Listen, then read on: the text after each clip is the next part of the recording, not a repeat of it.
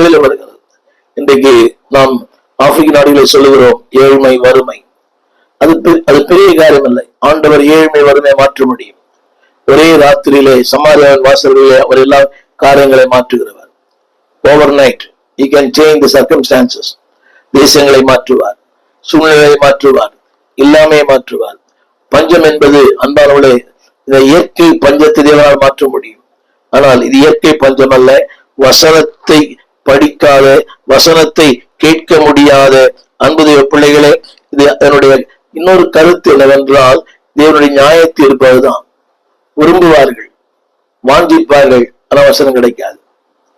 திரும்ப திரும்ப சொல்லுகிறேன், அன்பு தேவ பிள்ளைகளே, இடத்திலே வசனம் கொளுத்தப்பட்டதோ அதே இடத்துல இன்றைக்கு பைபிள் சொசைட்டி. எந்த நாடுகளிலே வசனத்துக்கு தடை விதிக்கப்பட்டதோ எங்கே திரளான ஜனங்கள், ரஷ்யாவிலே,